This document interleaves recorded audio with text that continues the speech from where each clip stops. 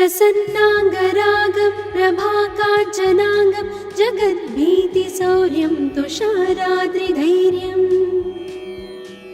तृणीभूतहेतिं रणोद्यद्विभूतिं भजे वायुपुत्रं पवित्राप्तमित्रम् भजे पावनं भावनानित्यवासम् भजे बालभानुं प्रभाचारुवासम् भजे चन्द्रिका कुन्दमन्दारहासम् भजे सन्ततं रामभूपालदासम् भजे लक्ष्मणप्राणरक्षातिदक्षं भजे तोषितानेकगीर्वाणपक्षम् भजे घोरसङ्ग्रामसीमाहताक्षं भजे रामनामातिसम्प्राप्तरक्षम् कृताभीलनादं क्षितिक्षिप्तपादम् घनक्रान्तभृङ्गं कटिस्थोरुजङ्घम् वियद्व्याप्तकेशं भुजाश्लेषितास्मम् जयश्री समेतं भजे रामदूतम् जलद्वालघातं भ्रमच्चक्रवालं कठोराट्टहासं प्रभिन्नां च जाण्डम् महासिंहनादाद्विशीर्णत्रिलोकं भजे आञ्जनेयं प्रभुं वज्रकायम्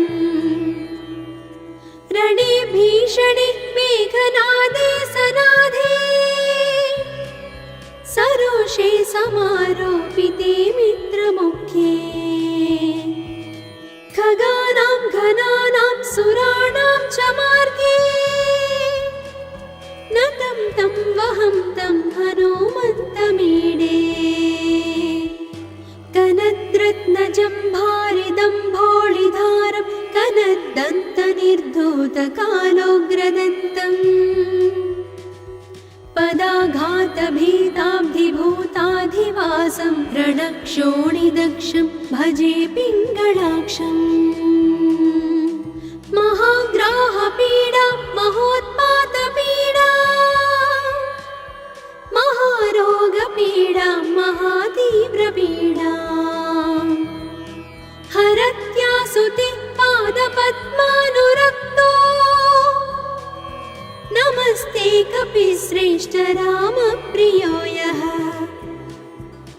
सुधा सिन्धुमुल्लङ्घ्य नाथोग्रदीप्तः सुधा चौषधीस्ता प्रगुप्तप्रभावः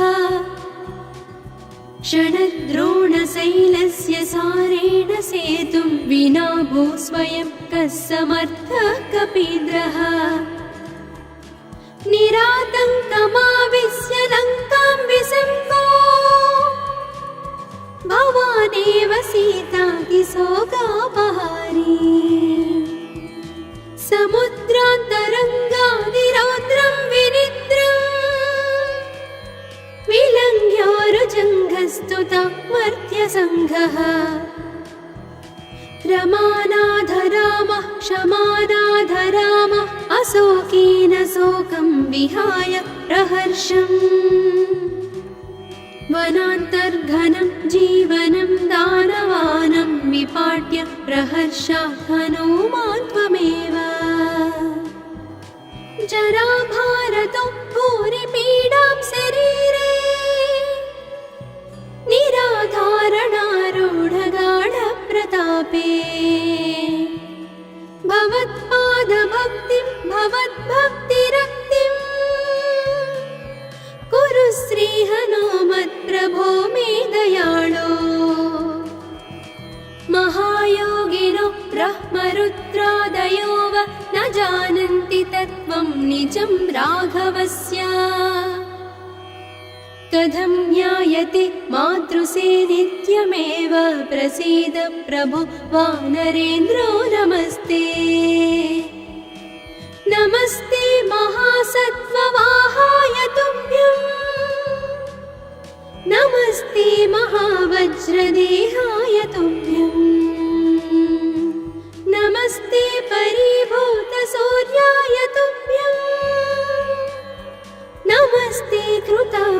नित्यकार्याय तुभ्यम् नमस्ते सदा ब्रह्मचर्याय तुभ्यं नमस्ते सदा वायुपुत्राय तुभ्यम् नमस्ते सदा पिङ्गळाक्षाय तुभ्यं नमस्ते सदा रामभक्ताय तुभ्यम् हनुमद्भुजङ्गप्रयातं प्रभाते प्रदोषेऽपि वाचार्थरात्रेऽपि मध्यः पठन्नस्नतोऽपि प्रमुक्ताघचारः सदा सर्वदा रामभक्तिं प्रयाति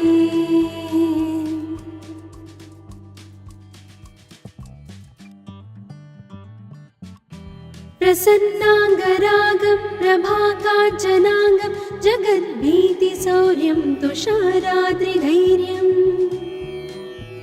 तृणीभूतहेतिं रणोद्यद्विभूतिं भजे वायुपुत्रं पवित्राप्तमित्रम्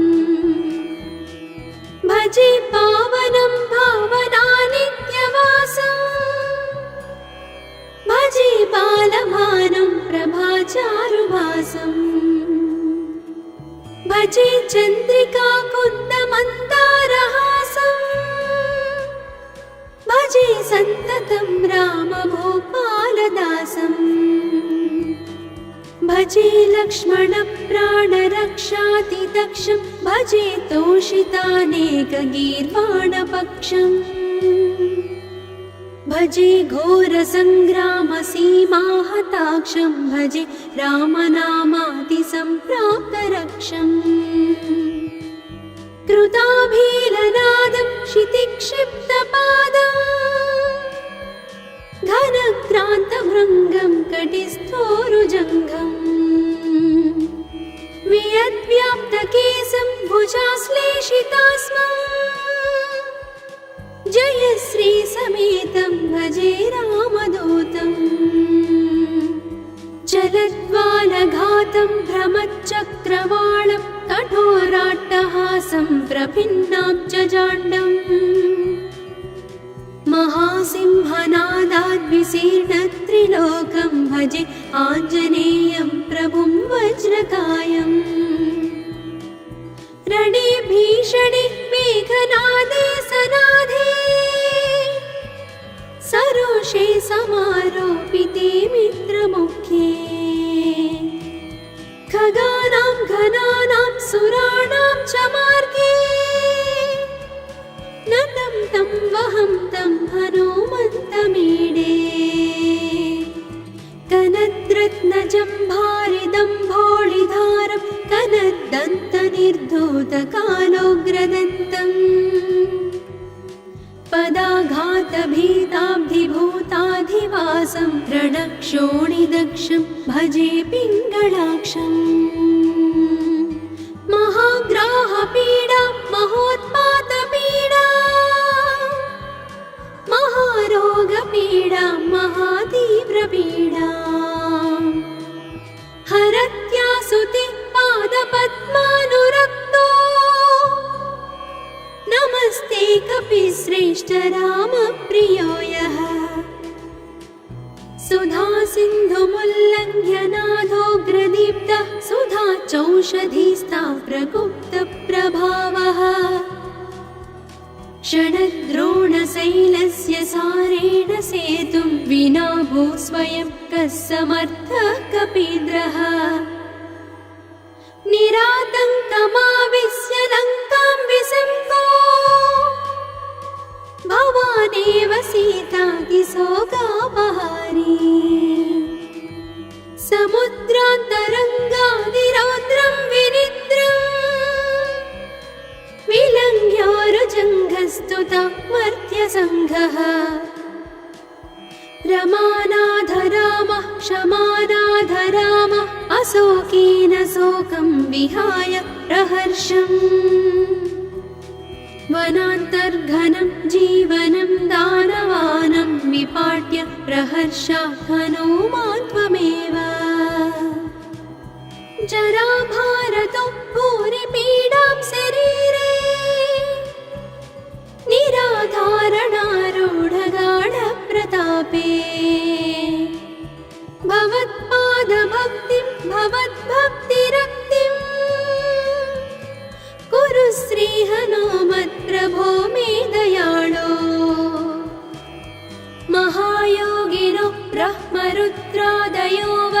जानन्ति तत्त्वं निजं राघवस्य। कथं ज्ञायते मातृसे नित्यमेव प्रसीद प्रभो वानरेन्द्रो नमस्ते। नमस्ते महासत्त्ववाहाय तुभ्यं नमस्ते महावज्रदेहाय तुभ्यं नमस्ते परिभूतसूर्याय तुभ्यं नमस्ते कृतामर्त्यकार्याय तुभ्यं नमस्ते सदा ब्रह्मचर्याय तुभ्यं नमस्ते सदा वायुपुत्राय तुभ्यं नमस्ते सदा पिङ्गळाक्षाय तुभ्यं नमस्ते सदा रामभक्ताय तुभ्यं हनुमद्भुजङ्गप्रयातं प्रभाते प्रदोषेऽपि वाचार्थरात्रेऽपि मर्त्यः पठन्नस्नतोऽपि प्रमुक्ताघजालः सदा सर्वदा रामभक्तिं प्रयाति।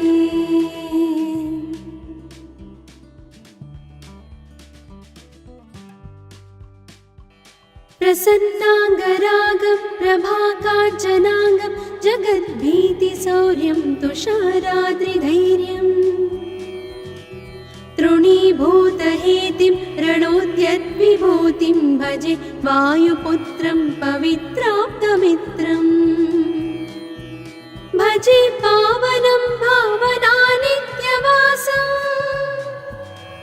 भजे बालभानुं प्रभाचारुभासं भजे चन्द्रिका कुन्दमन्दारहासं भजे सन्ततं रामभूपालदासं भजे लक्ष्मणप्राणरक्षातिदक्षं भजे तोषितानेकगीर्वाणपक्षम् भजे घोरसङ्ग्रामसीमाहताक्षं भजे रामनामातिसम्प्राप्तरक्षम् कृताभीलनादं क्षितिक्षिप्तपादं घनक्रान्तभृङ्गं कटिस्थोरुजङ्घम् वियद्व्याप्तकेशं भुजाश्लेषितास्मम् जयश्री समेतं भजे रामदूतम् जलद्वालघातं भ्रमच्चक्रवालं कठोराट्टहासं प्रभिन्नाब्जजाण्डम् महासिंहनादाद्विशीर्णत्रिलोकं भजे आञ्जनेयं प्रभुं वज्रकायम् रणे भीषणे मेघनादे सनाधे सरोषे समारोपिते मित्रमुखे खगानां घनानां सुराणां च मार्गे नतं तं वहं तं हनुमन्तमीडे कनद्रत्नजम्भारिदम्भोळिधारं कनद्दन्तनिर्धूतकालोग्रदन्तम् पदाघातभीताब्धिभूताधिवासं रणक्षोणिदक्षं भजे पिङ्गळाक्षम् महाग्राहपीडा महोत्पातपीडा महारोगपीडा महातीव्रपीडा हरत्यासुते पादपद्मानुरक्तो नमस्ते कपिश्रेष्ठ रामप्रियो यः सुधा सिन्धुमुल्लङ्घ्य नाथोग्रदीप्तः सुधा चौषधीस्था प्रगुप्तप्रभावः षडद्रोणशैलस्य सारेण सेतुं विना भूस्वयं कः समर्थः कपीन्द्रः निरातङ्कमाविश्य लङ्कां विसम्पो भवानेव सीताकिशोकापहारी समुद्रान्तरङ्गादिरो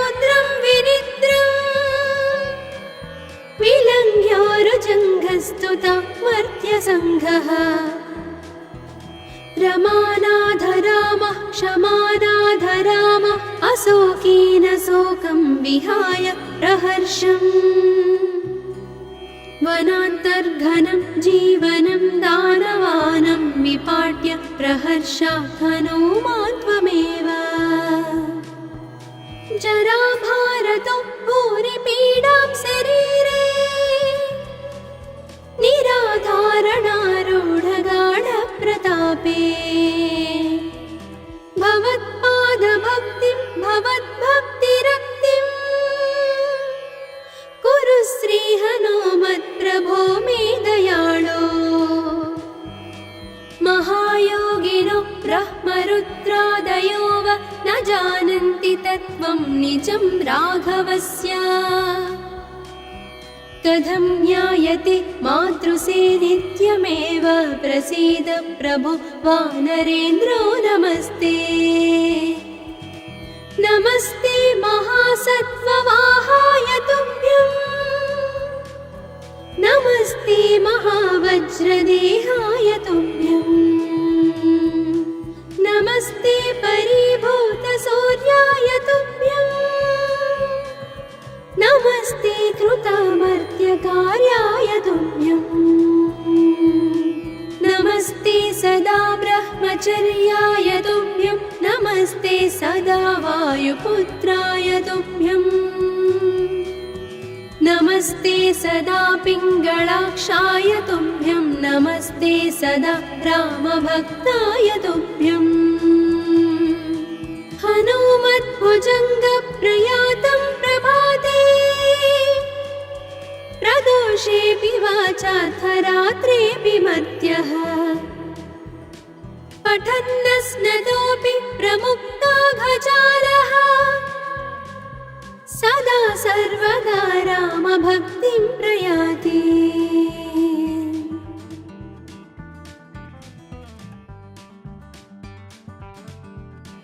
प्रसन्नाङ्गरागं प्रभाकाञ्चनाङ्गं जगद्भीतिशौर्यं तुषाराद्रिधैर्यं तृणीभूतहेतिं रणोद्यद्विभूतिं भजे वायुपुत्रं पवित्राप्तमित्रम् भजे पावनं भावनानित्यवासम्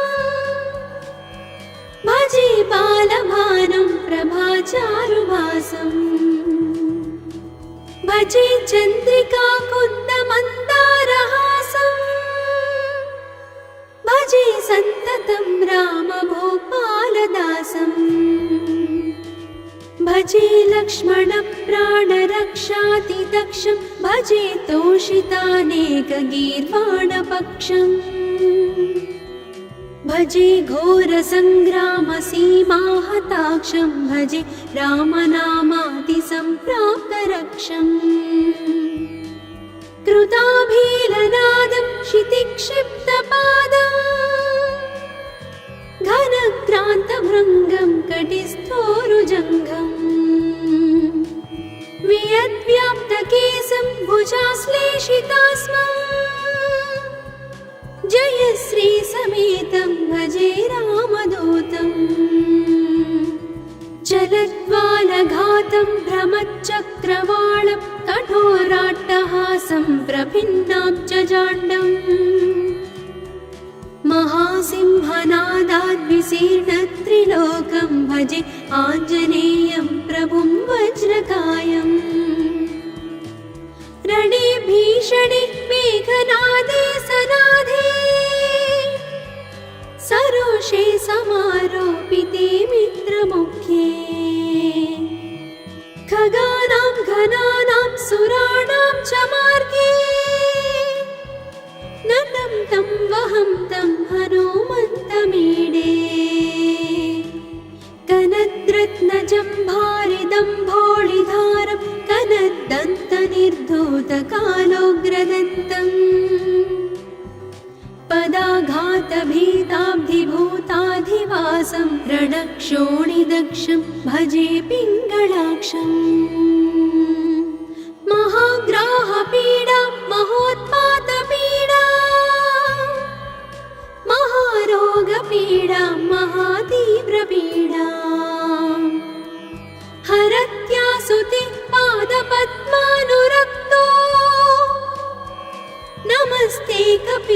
श्रेष्ठ रामप्रियो यः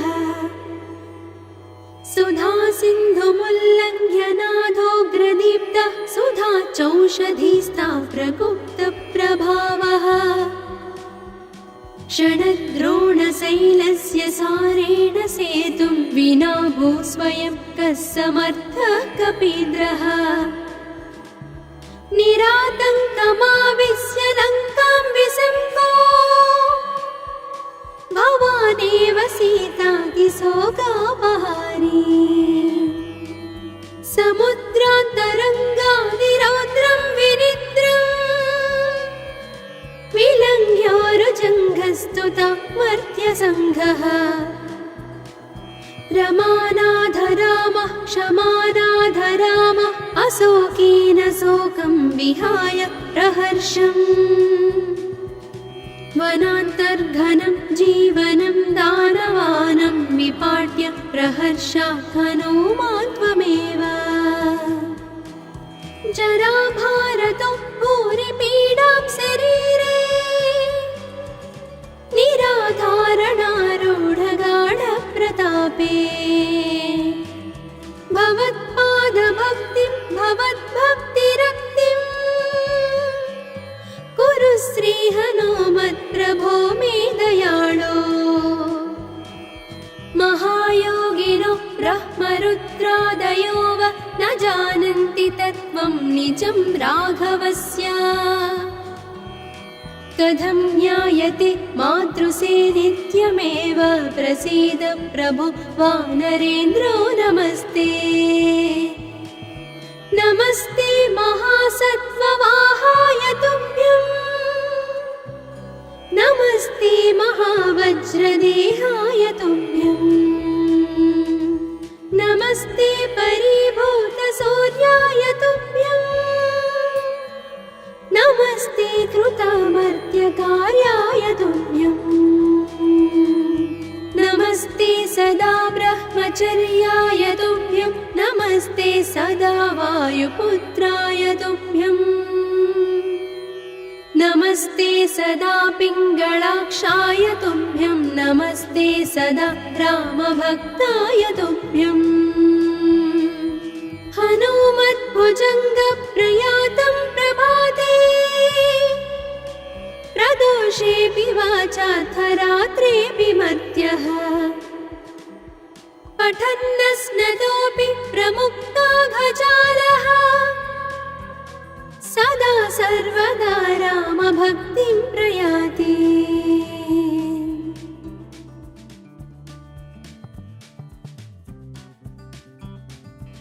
प्रसन्नाङ्गरागं प्रभाकाञ्चनाङ्गं जगद्भीतिशौर्यं तुषाराद्रिधैर्यम्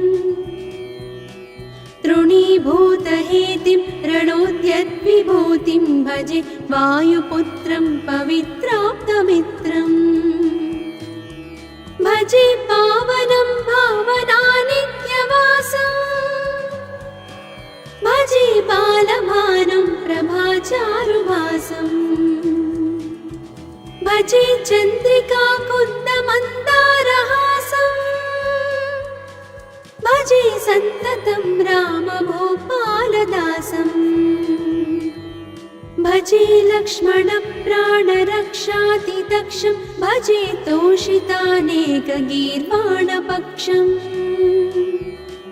भजे घोरसङ्ग्रामसीमाहताक्षं भजे रामनामातिसम्प्राप्तरक्षम् कृताभीलनादं क्षितिक्षिप्तपादम् घनक्रान्तभृङ्गं कटिस्थोरुजङ्घम् वियद्व्याप्तकेशं भुजाश्लेषितास्मम् जयश्री समेतं भजे रामदूतम् चलद्वालघातं भ्रमच्चक्रवालं कठोराट्टहासं प्रभिन्नाब्जजाण्डम् महासिंहनादाद्विशीर्णत्रिलोकं भजे आञ्जनेयं प्रभुं वज्रकायम् रणे भीषणे मेघनादे सनादे पाशे समारोपिते मित्रमुखे खगानां घनानां सुराणां च मार्गे नतं तं वहं तं हनुमन्तमीडे कनद्रत्नजम्भारिदम्भोळिधारं कनद्दन्तनिर्धूतकालोग्रदन्तम् पदाघातभीताब्धिभूताधिवासं रणक्षोणिदक्षं भजे पिङ्गळाक्षम् महाग्राहपीडा महोत्पातपीडा महारोगपीडा महातीव्रपीडा हरत्यासुते पादपद्मानुरक्तो नमस्ते कपिश्रेष्ठ रामप्रियो यः सुधा सिन्धुमुल्लङ्घ्य नाथोग्रदीप्तः सुधा चौषधीस्था प्रगुप्तप्रभावः षडद्रोणशैलस्य सारेण सेतुं विना भूस्वयं कः समर्थः कपीन्द्रः निरातङ्कमाविश्य लङ्कां विसम्पो भवानेव सीतातिशोकापहारी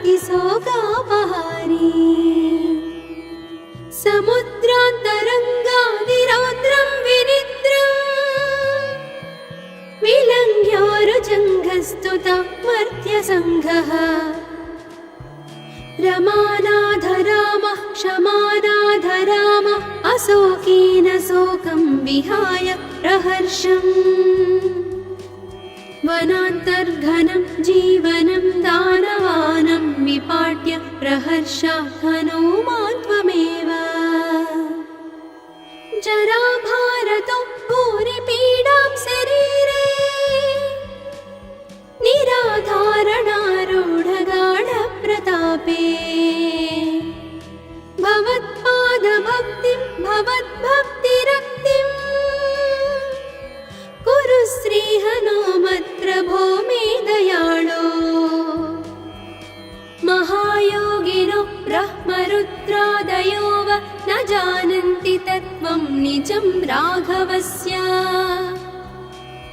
कथं ज्ञायते मातृसेनित्यमेव प्रसीद प्रभो वानरेन्द्रो नमस्ते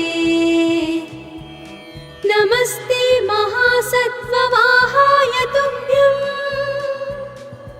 नमस्ते महावज्रदेहाय तुभ्यं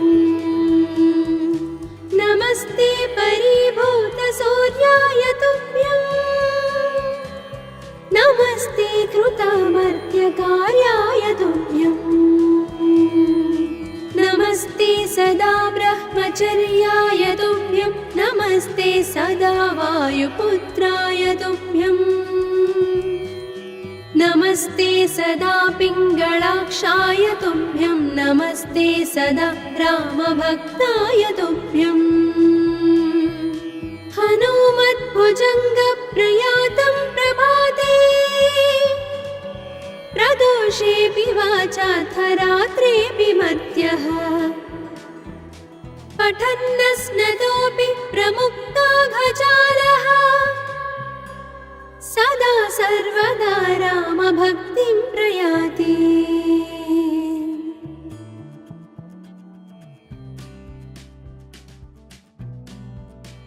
प्रसन्नाङ्गरागं प्रभाकाञ्चनाङ्गं जगद्भीतिशौर्यं तुषाराद्रिधैर्यम्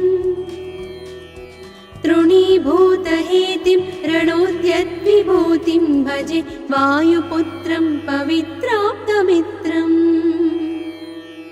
भजे पावनं भावनानित्यवासम्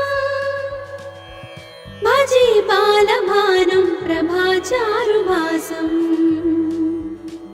भजे चन्द्रिका कुन्दमन्दारहासम् भजे सन्ततं रामभूपालदासम् भजे लक्ष्मणप्राणरक्षातिदक्षं भजे तोषितानेकगीर्वाणपक्षम् भजे घोरसङ्ग्रामसीमाहताक्षं भजे रामनामादिसम्प्राप्तरक्षम् कृताभीलनादं क्षितिक्षिप्तपादम् घनक्रान्तभृङ्गं कटिस्थोरुजङ्घम् वियद्व्याप्तकेशं भुजाश्लेषितास्मम् जयश्रीसमेतं भजे रामदूतम् चलद्वालघातं भ्रमच्चक्रवालं कठोराट्टहासं प्रभिन्नाब्जजाण्डम्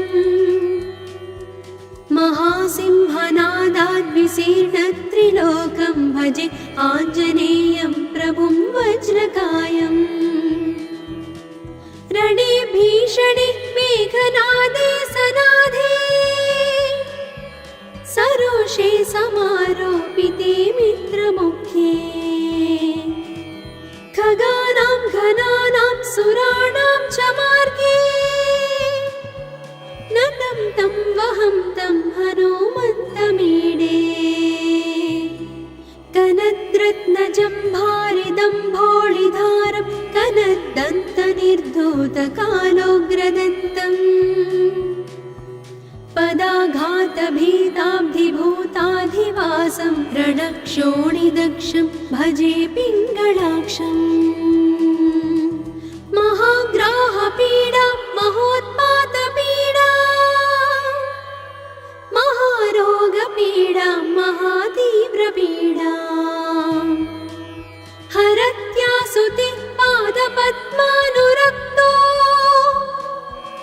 नमस्ते कपिश्रेष्ठ रामप्रियो यः सुधा सिन्धुमुल्लङ्घ्य नाथोग्रदीप्तः सुधा चौषधीस्था प्रगुप्तप्रभावः षडद्रोणशैलस्य सारेण सेतुं विना भूस्वयं कः समर्थः कपीन्द्रः निरातङ्कमाविश्य लङ्कां विसङ्गो भवानेव सीतातिशोकापहारी समुद्रान्तरङ्गादिरौद्रं विनिद्रम् विलङ्घ्योरुजङ्घस्तुतः मर्त्यसङ्घः रमानाथ रामः क्षमानाथ रामः अशोकेन शोकं विहाय प्रहर्षम् वनान्तर्घनं जीवनं दानवानं विपाट्य प्रहर्षा हनुमान् त्वमेव जराभारतो भूरिपीडां शरीरे निराधारणारूढगाढप्रतापे भवत्पादभक्तिं भवद्भक्तिरक्तिम् कुरु श्रीहनुमत्प्रभो मे दयाळो महायोगिनो ब्रह्मरुद्रादयो वा न जानन्ति तत्त्वं निजं राघवस्य कथं ज्ञायते मातृसे नित्यमेव प्रसीद प्रभो वानरेन्द्रो नमस्ते नमस्ते महासत्त्ववाहाय तुभ्यं नमस्ते महावज्रदेहाय तुभ्यं नमस्ते परिभूतसूर्याय तुभ्यं नमस्ते कृतामर्त्यकार्याय तुभ्यं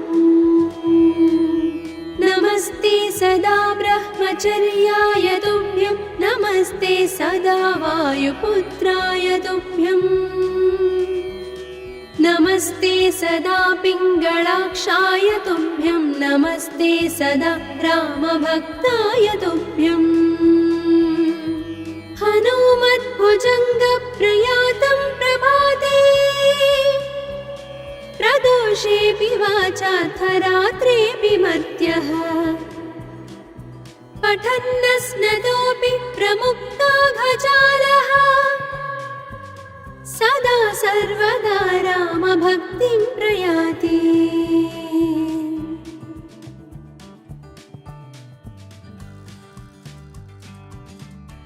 प्रसन्नाङ्गरागं प्रभाकाञ्चनाङ्गं जगद्भीतिशौर्यं तुषाराद्रिधैर्यम् तृणीभूतहेतिं रणोद्यद्विभूतिं भजे वायुपुत्रं पवित्राप्तमित्रम् भजे पावनं भावनानित्यवासम् भजे बालभानुं प्रभाचारुभासम् भजे चन्द्रिका कुन्दमन्दारहासम् भजे सन्ततं रामभूपालदासम् भजे लक्ष्मणप्राणरक्षातिदक्षं भजे तोषितानेकगीर्वाणपक्षम् भजे घोरसङ्ग्रामसीमाहताक्षं भजे रामनामातिसम्प्राप्तरक्षम् कृताभीलनादं क्षितिक्षिप्तपादम् घनक्रान्तभृङ्गं कटिस्थोरुजङ्घम् वियद्व्याप्तकेशं भुजाश्लेषितास्मम् जयश्रीसमेतं भजे रामदूतम् जलद्वालघातं भ्रमच्चक्रवालं कठोराट्टहासं प्रभिन्नाब्जजाण्डम् महासिंहनादाद्विशीर्णत्रिलोकं भजे आञ्जनेयं प्रभुं वज्रकायम् रणे भीषणे मेघनादे सनादे सरोषे समारोपिते मित्रमुख्ये खगानां घनानां सुराणां च मार्गे नतं तं वहं तं हनुमन्तमीडे कनद्रत्नजम्भारिदम्भोळिधारं कनद्दन्तनिर्धूतकालोग्रदन्तम् पदाघातभीताब्धिभूताधिवासं रणक्षोणिदक्षं भजे पिङ्गळाक्षम् महाग्राहपीडा महोत्पातपीडा महारोगपीडा महातीव्रपीडा हरत्यासुते पादपद्मानुरक्तो नमस्ते कपिश्रेष्ठ रामप्रियो यः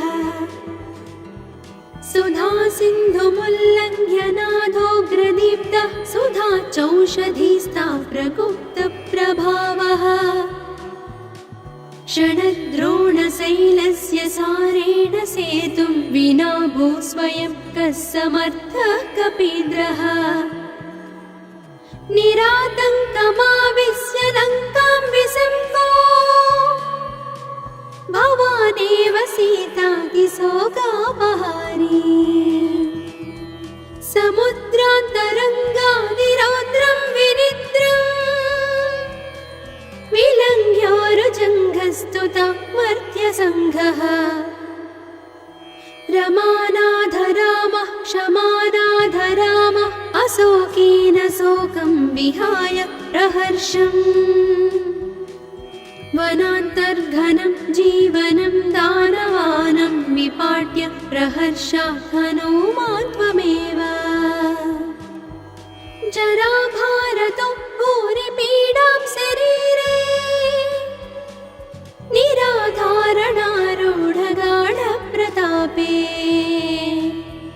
भवत्पादभक्तिं भवद्भक्तिरक्तिम् कुरु श्रीहनुमत्प्रभो मे दयाळो महायोगिनो ब्रह्मरुद्रादयो वा न जानन्ति तत्त्वं निजं राघवस्य कथं ज्ञायते मातृसे नित्यमेव प्रसीद प्रभो वानरेन्द्रो नमस्ते नमस्ते महासत्त्ववाहाय तुभ्यं नमस्ते महावज्रदेहाय तुभ्यं नमस्ते परिभूतसूर्याय तुभ्यम्